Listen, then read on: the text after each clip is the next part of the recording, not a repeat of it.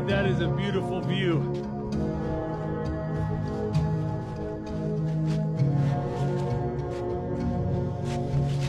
Oh, I've got room to sit down, cook, sleep. This is perfect. And it only took me 4 hours to make this thing, which is a lot less time than some of my other snow shelters. There's a couple key features that are really important to keeping you warm. First off, you don't want your sleeping area to be the lowest point in the shelter. The cold air tends to collect at the bottom. Another thing is you want to make sure your snow shelter has lots of corners. You don't want to allow the wind to blow straight into your snow shelter.